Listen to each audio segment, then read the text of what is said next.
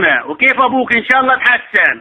انا ماشي حالي الحمد لله، بس الوالد عطاك عمره. اله لا اله اله العمر الك. بارك كان عنده القلب الله يرحمه. بس والله ما مات من القلب. ولا كيف مات؟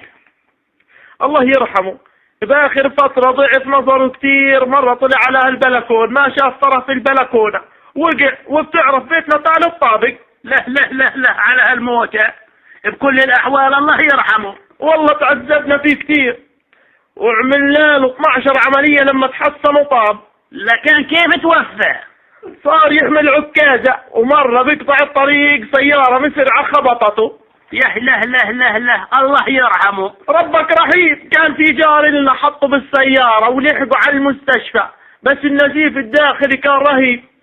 الله يرحمه بكل الأحوال. بس سفرناه على اسبانيا وضلينا 6 اشهر نعالج فيه والحمد لله تحسن. ولا كيف مات عاد؟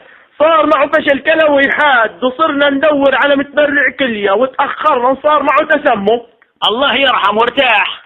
بالصدفة اجى شخص بيعرفه من زمان تبرع له بالكلية بآخر نفس.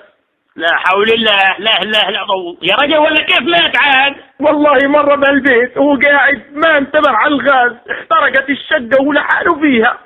يا لطيف على هالموتة ما بشعها الله يرحمه. بس والله جارنا الله يجزيه الخير كسر باب البيت ولحقوا باخر لحظة. لا حول الله. يا رجل فهمني كيف مات. والله يا اخو اضطرينا نطخه.